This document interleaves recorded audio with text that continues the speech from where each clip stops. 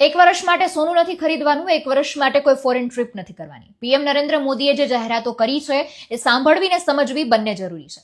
Crude ઓઇલના ભાવ સતત વધે છે. યુદ્ધની પરિસ્થિતિના લીધે અત્યારે બીજા દેશોમાં તો પેટ્રોલ ડીઝલના ભાવ આસમાને પહોંચી ગયા છે, ત્યારે ભારતમાં અત્યારે એમણે જાહેરાત કરી છે કે હવે આપણે પણ પેટ્રોલ અને ડીઝલનો ઉપયોગ ખૂબ વિચારીને કરવો પડશે.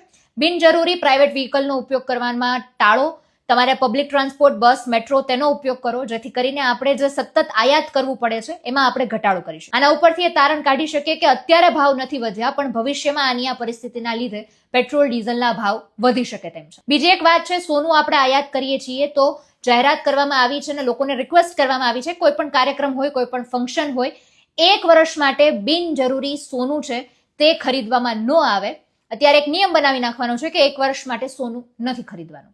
ત્રીજી એક વાત છે, ફોરેન ટ્રીપને લઈને 1 વર્ષ દરમિયાન કોઈ પણ ફોરેન ટ્રીપ પણ નથી કરવાની. તમારે વેકેશન કરવું છે તો ઇન્ડિયાના કોઈ ડેસ્ટિનેશનને તમે પસંદ કરી શકો છો.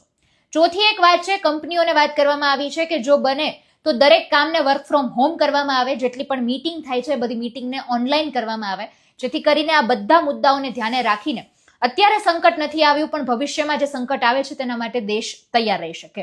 એટલે આ જે જાહેરાત કરવામાં આવી છે, જાહેરાત ખૂબ અગત્યની છે. ભવિષ્યમાં આને લઈને કયા કયા નિર્ણયો લેવાઈ શકે છે તે પણ અત્યારે ગંભીર મુદ્દો બની ગયો છે.